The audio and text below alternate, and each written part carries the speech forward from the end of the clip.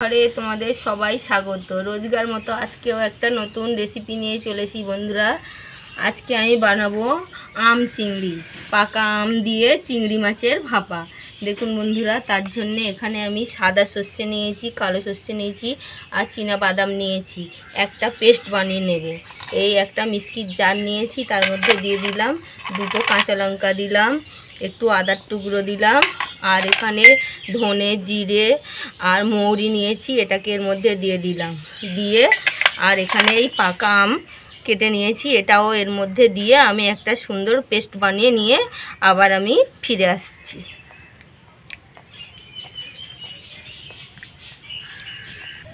দেখুন বন্ধুরা, আমি মশলাটা করে নিয়ে চলে এসেছি। এই যে কি সুন্দর একটা ব্যাটার বানিয়ে নিয়ে চলে এসেছি। দেখুন বন্ধুরা, এবারে আমি চিংড়ি মাছটাকে ম্যারিনেট করে নেব।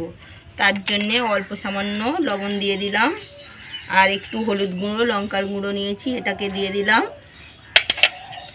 আর এর মধ্যে সরিষার তেল দিলাম। এখানে বেশি কিছুই লাগবে না, অল্প উপকরণে সব হয়ে যাবে। আর দুটো কারি পাতা দিয়ে দিলাম। দিয়ে আমি মাছটাকে এইভাবে মাখিয়ে নিলাম।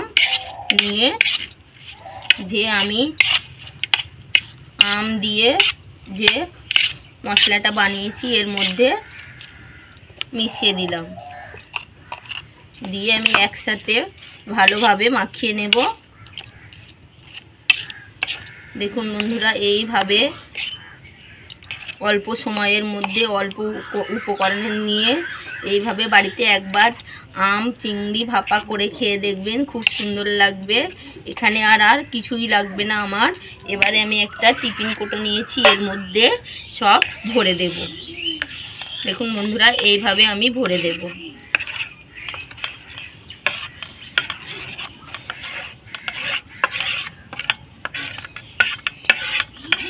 বন্ধুরা, আমার এই মাছটাকে টিফিন কৌটোর মধ্যে ভরে দেওয়া হয়ে গেছে। এবারে যে বাঁচা ব্যাটারটা আছে আমার, এটাকেও এর মধ্যে দিয়ে দেব।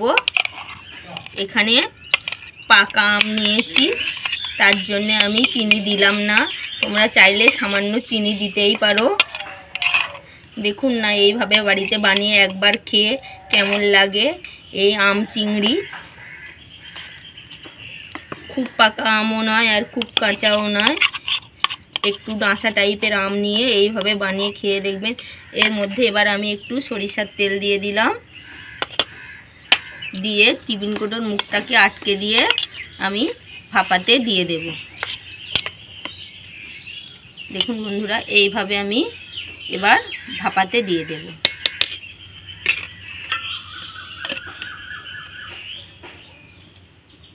দেখুন বন্ধুরা, এদিকে আমি একটা কড়াই বসিয়ে উনুন জ্বালিয়ে দিয়েছিলাম আর জল দিয়ে দিয়েছিলাম। জলটা আমার গরম হয়ে গিয়েছে, এর মধ্যে আমি একটা স্ট্যান্ড বসিয়ে দিয়েছি। এবারে আমি এই টিফিন কৌটোটা এর মধ্যে দিয়ে একটু ঢাকনা দিয়ে দেব। দেখুন বন্ধুরা, আমি এই ঢাকা দিয়ে দিলাম। দিয়ে আমি 15 মিনিট ভাপিয়ে নেব। দেখুন বন্ধুরা, আমি এই 15 মিনিট পরে ফিরে এসেছি। এবারে আমি দেখে নেব। আমি এবারে টিফিন কৌটোটা আস্তে আস্তে তুলে নেব। দেখুন বন্ধুরা, আমি এবার ঢাকনা খুলে দেখিয়ে দেব কেমন হয়েছে এই আম আর চিংড়ি মাছের ভাপাটা। আমি এখানে ঠান্ডা করে নিয়েছি। দেখুন বন্ধুরা, কি সুন্দর হয়েছে এই আম চিংড়ির ভাপাটা। দেখুন বন্ধুরা, আমি এবারে একটা পাত্রে তুলে নেব। দেখুন বন্ধুরা, কালারটা খুব সুন্দর হয়েছে আর দেখতেও খুব দারুণ হয়েছে। আমি এইভাবে এর মধ্যে নামিয়ে নিলাম।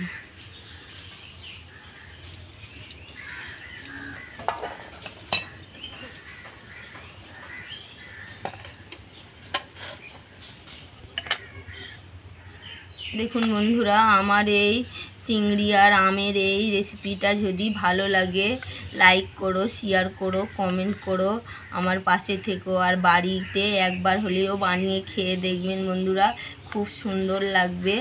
আর এখানে কাঁচা আম দিয়ে অনেক রেসিপি আমি দেখিয়েছি, আজকে আমি আদা পাকা আম দিয়ে এই রেসিপিটা বানিয়েছি।